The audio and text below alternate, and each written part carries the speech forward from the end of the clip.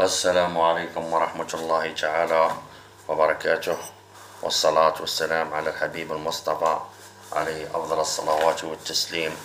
إخواني المشاهدين، أحييكم أينما كنتم. معكم أخوكم عبد الرحمن لتربية طيور الزينة وعلاجها. إخواني الكرام، موضوع اليوم أردنا أن نخصصه حول تشحم الطيور، وهذا الموضوع لا يخص مربي الطيور فقط، بل يخص كل مربي الطيور بأنواعها.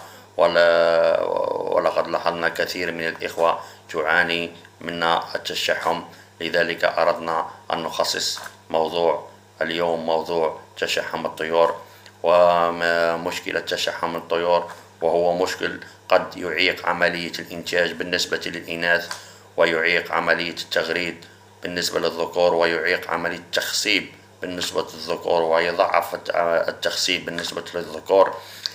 إخواني الكرام، مرض التشحم ليس مرض عضوي أو مرض أو إصابة فطرية، بل هو إصابة من كثرة التغذية غير منظمة وزائدة عن حدها، وكثرة الاهتمام المبالغ فيه من طرف المربيين، وحبهم لهذا الطائر الجميل وحرصهم عليه، ولكن دون دراية بأن هذه التغذية مثل البيض ومثل الباتي، وإعطاء كثرة البيض، كثرة الباتي، وكثرة النشويات قد تصيب الطائر بالتشحم. وإخواني الكرام، هذه التغذية قد تضر طيوركم وتشحمها بدلا من الاستفادة منها وإعطاء النتيجة المرجوة. ولكن لا نستطيع أن نجزم بأن الأكل وكثرة إعطاء البيض والباتي وما شابه ذلك هو السبب الأول الذي أصيب التشحم أصيب به الطائر بالتشحم. هناك عوامل كثيرة، ومنها ضيق القفص، ومنها إخواني الكرام ضيق القفص ونوم الأنثى. بالنسبة للكناري، نوم الأنثى في العش بدون بيض، تحضين بدون بيض، قد يصيب أنثى الكناري بالتشحم. وأيضا ضيق القفص أيضا قد يصيب الطائر مع الأكل، قد يصيب الطائر بالتشحم. لذلك نحتاج إلى بعض المواد التي تساعدنا على تخسيس وعلى تنحيف الطائر. وهذه المواد هي نحتاج بسم الله نبدأ. أولا نحتاج قفص كبير.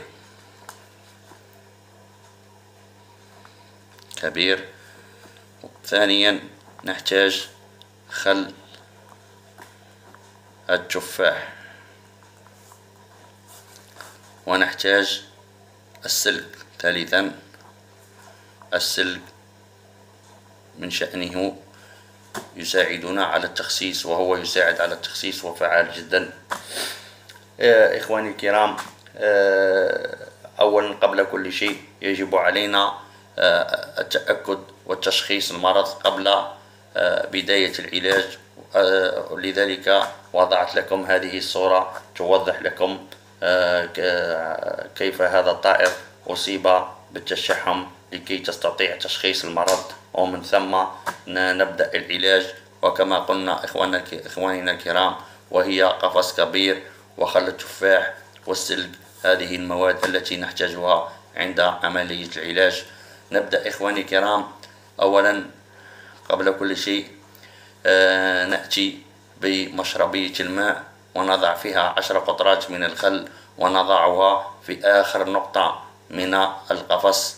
ونأتي بعلبة الأكل ونضعها في الجهة الأخرى في آخر نقطة من القفص، ونضع المجسم. نحتاج إلى مجسم واحد ونضعه في أعلى القفص لكي يتم عملية الطير والتنقل من مكان آخر، ليتم عملية حرق الدهون. وكما قلنا إخواني الكرام، نضع 10 قطرات من الخل التفاح في مشربية الماء.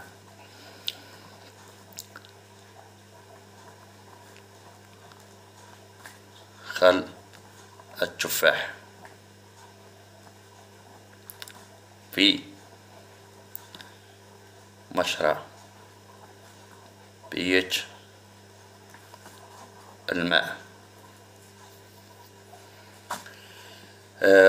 عملية العلاج لا تستغرق وقت طويل، قد تستغرق مدة 10 أيام على حد الأقصى.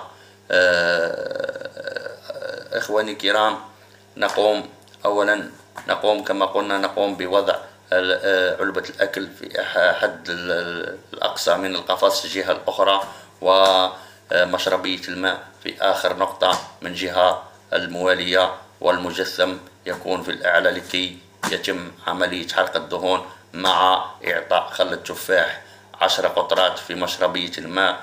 وإخواني الكرام، عند الظهيرة من الصباح، عند الظهيرة ننزع علبة الأكل ونضع عود أو ورقة من السلك لكي نقوم بعملية الرجيم وعملية الصيام. بالنسبة للطائر ننزع علبة الأكل عند الظهيرة ونضع له ورقة من السلك حتى الغروب.